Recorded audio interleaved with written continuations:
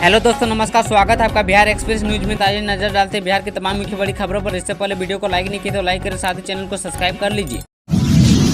बिहार में कल से शुरू हो जाएगी पुराने नियम से जमीन की रजिस्ट्री। बिहार में फरवरी महीने में लागू हुए बिहार निबंधन नियमावली 2019 के नए नियम को सुप्रीम कोर्ट के आदेश के बाद तत्काल प्रभाव से रोक दिया गया है। अब बिहार के लोग बिना दाखिल खारिज कराए हुए जमीन की रजिस्ट्री पहले के नियम के अनुसार कर सकते हैं। सुप्रीम कोर्ट ने सोमवार को बिना जमाबंदी जमीन के होल्डिंग की खरीद बिक्री पर पटना हाई कोर्ट के आदेश पर रोक लगाते हुए कहा कि इसकी अगली सुनवाई सितंबर महीने में की जाएगी। यानी अब बिहार के लोग बिना दाखिल खारिज के भी जमीन आसानी से बेच सकते हैं। इसके लिए रजिस्ट्री की प्रक्रिया जल्दी शुरू हो जाएगी। नए नियम लागू होने के कारण फरवरी महीने से अब तक जमीन की रजिस्ट्री में 90% की गिरावट दर्ज की गई थी।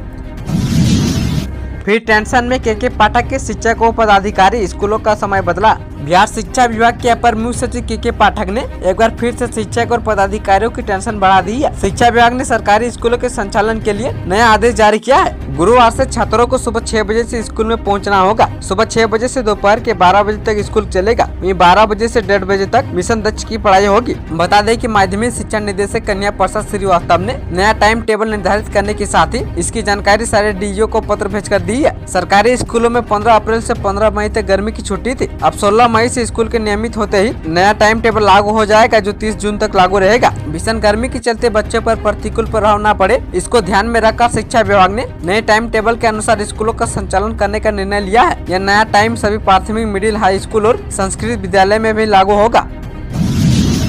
बिगड़ने वाला है बिहार का मौसम, 24 घंटे में 3 डिग्री तक चढ़ा पारा। पटना समेत प्रदेश का मौसम गुरुवार से करवट लेगा। पश्चिम बंगाल से आने वाली पूर्वी हवा के कारण आंशिक बादल छाए रहने के साथ आंधी पानी के आसार बने रहेंगे। हालांकि मौसम सामान्य बना रहेगा। गुरुवार से पटना से दक्षिण भागों में गर्म दिन व कुछ स्थानों पर गर्म हवा चलने के आसार है। प्रदेश का अधिकतम तापमान में 3 से 4 दिनों के दौरान 3 से 4 डिग्री सेल्सियस के बढ़ोतरी के आसार है। मौसम विज्ञान केंद्र पटना के अनुसार 19 मई को पूर्व बंगाल की खाड़ी में चक्रवाती परिसंचरण का क्षेत्र बने होने के कारण उत्तरी भागों के अधिकांश भागों के 1 या 2 स्थानों पर मेघ गर्जन व आंधी पानी की संभावना है। बेटे के खिलाफ चुनावी मैदान में पवन सिंह की मां काराकाट से भर दिया पर्चा। काराकाट लोकसभा क्षेत्र से मंगलवार को प्रतिमा देवी ने निर्दलीय प्रत्याशी के रूप में अपना नामांकन पत्र जिला निर्वाचन अधिकारी नवीन कुमार सिंह के समक्ष दाखिल किया है। प्रतिमा देवी भोजपुरी फिल्म अभिनेता तथा काराकाट से निर्दलीय प्रत्याशी पवन सिंह की मां है। उनके नामांकन के बाद चर्चा का बाजार गर्म है। लोगों का कहना है कि जिस मां के आदेश पर पवन सिंह ने काराकाट से चुनाव लड़ने का निर्णय लिया है, अब कौन सी परिस्थिति उत्पन्न हुई कि मां स्वयं प्रत्याशी बन चुनाव मैदान में आ गई है। नामांकन से लेकर कई सभाओं में बेटे के साथ साथ दिख रही प्रतिमा देवी के नामांकन के बाद कई तरह के कयास लगाए जा रहे हैं।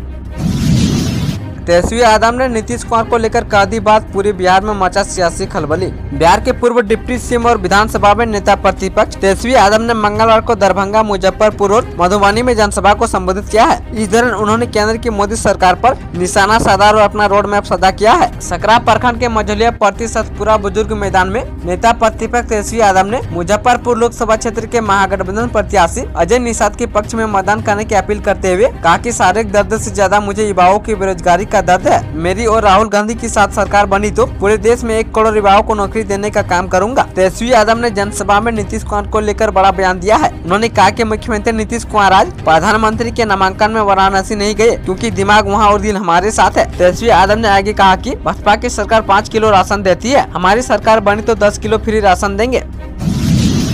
लालू यादव को बड़ा झटका, कदावर नेता ने थामा जेडीयू का दामन, रोहिणी आचार्य की बढ़ेगी टेंशन। छपरा के पूर्व विधायक रणधीर कुमार सिंह ने मंगलवार को जदयू प्रदेश कार्यालय में आयोजित मिलन समारोह में जदयू की सदस्यता ग्रहण की है। इस मौके पर जदयू के वरिष्ठ नेता व जल संसाधन मंत्री विजय कुमार चौधरी ने कहा कि इनके आने से सारण प्रमंडल में जदयू को मजबूती मिलेगी। जदयू के राष्ट्रीय महासचिव और राज्यसभा सांसद संजय झा भी मौके पर मौजूद थे। विजय चौधरी ने इस मौके पर कहा कि सारण, सिवान, गोपालगंज और महाराजगंज लोकसभा क्षेत्र में रणधीर सिंह की परिवार का मजबूत राजनीतिक प्रभाव है। जदयू में इनके आने से उनके इलाकों में पार्टी को मजबूती मिलेगी। बता दें कि सारण संसदीय सीट से लालू यादव की बेटी रोहिणी आचार्य चुनाव लड़ रही है।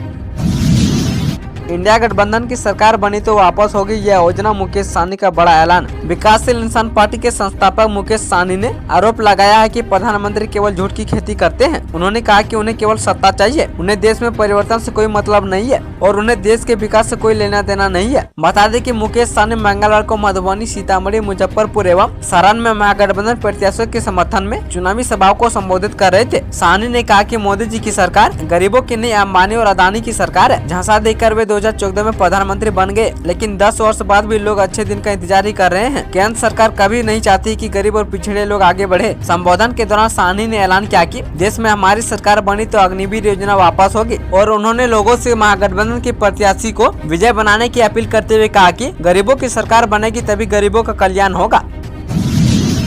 घर बैठे जान पाएंगे किस बूथ पर कितनी भीड़। चुनाव आयोग ने लॉन्च किया ऐप। निर्वाचन आयोग मतदाताओं की सुविधा के लिए हर स्तर पर तैयारी कर रहा है। हर मतदाताओं को मतदान केंद्र तक लाने व मताधिकार का प्रयोग करने के लिए प्रोत्साहित किया जा रहा है। इन प्रयासों के तहत बूथ क्यू स्टेटस ऐप को लॉन्च किया गया है, जो 25 मई को सभी मतदाता इसको इस्तेमाल कर सकेंगे। इस मोबाइल एप्लीकेशन से मतदाता अपनी बारी का पता लगा सकेंगे और इसे प्ले स्टोर से डाउनलोड करना होगा।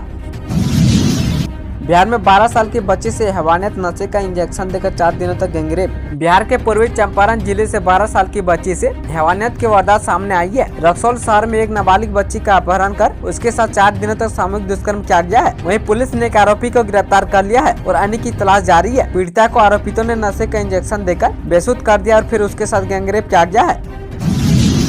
बिहार में भीषण गर्मी और हीटवेव की वापसी। पटना समेत कई जिलों में हॉट डे का अलर्ट जारी। बिहार में आंधी बारिश का दौर अब थम गया है। 1-2 जगहों को छोड़कर अन्य सभी जगहों पर तापमान में बढ़ोतरी होने लगी है। मौसम बदलने से राज्य में भीषण गर्मी और हीटवेव की वापसी होने लगी है। मौसम विभाग ने अगले 48 घंटे के भीतर पटना समेत कई जिलों में तापमान में तेजी से बढ़ोतरी के आसार जताए हैं। इस दौरान राजधानी समेत अधिकतर जगहों पर हॉट डे यानी गर्म दिवस के हालात बने रहेंगे। मौसम विभाग के पूर्वानुमान के मुताबिक बिहार के दक्षिण पश्चिम हिस्से में गर्म पछुआ हवा चलने लगी है। इससे पटना समेत अन्य जिलों में तापमान में बढ़ोतरी के आसार है।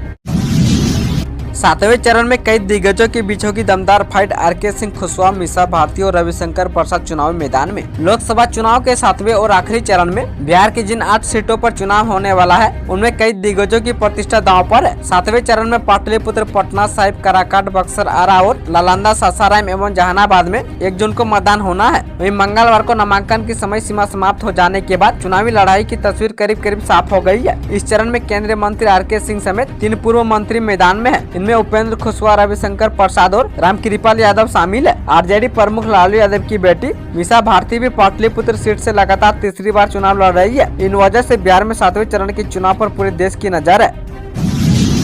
कल पटना आएंगे अमित शाह। 16 मई को सीतामढ़ी और मधुबनी में करेंगे जनसभा। बिहार में 4 चरणों का चुनाव समाप्त हो चुका है। 5वें चरण के तहत राज्य की 5 सीटें सारण, सीतामढ़ी, मधुबनी, मुजफ्फरपुर और हाजीपुर में 20 मई को मतदान होना है। इन सीटों पर प्रमुख मुकाबला एनडीए और महागठबंधन के बीच होना है। दोनों ही गठबंधन के दिग्गज नेता इन सीटों पर अपने प्रत्याशियों के पक्ष में जन समर्थन जुटाने के लिए चुनावी सभा कर रहे हैं। वहीं गुरुवार को सीतामढ़ी और मधुबनी में एनडीए प्रत्याशी के पक्ष में चुनावी सभा करेंगे। सीतामढ़ी से एनडीए की ओर से जदयू के देवेश चंद्र ठाकुर उम्मीदवार है और मधुबनी से अशोक यादव फिर से एनडीए की ओर से भाजपा प्रत्याशी है।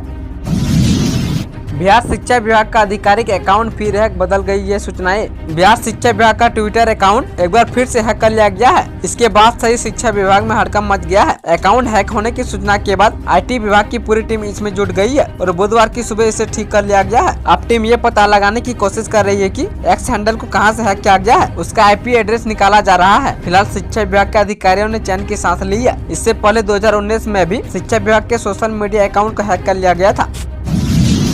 बिहार में दाखिल खारिज अपील के 45.35% मामले लंबित। जानिए सरकार का क्या है फरमान। राज्य में दाखिल खारिज अपील के करीब 45.35% मामले लंबित है। इन मामलों का जल्द से जल्द समाधान करवाने का निर्देश सभी प्रमंडल आयुक्त और डीएम को दिया गया है। साथ ही कहा गया कि भूमि विवाद निवारण अधिनियम 2009 के तहत दाखिल खारिज अपील मामलों के समाधान की निर्धारित समय सीमा 90 दिन तय है। इसमें नए वादों का निराकरण करने का आदेश दिया गया है। साथ ही 90 दिन से अधिक लंबित वाले वादों का निराकरण त्वरित गति से करने के लिए कहा गया है। इस संबंध में राजस्व एवं भूमि सुधार विभाग के अपर मुख्य सचिव दीपक कुमार सिंह ने सभी प्रमंडल आयुक्त और डीएम को पत्र लिखा है। भूमि सुधार उप समाहर्ताओं के द्वारा पारित आदेशों को क्रियान्वयन के लिए भी आवश्यक कार्रवाई की जा रही है।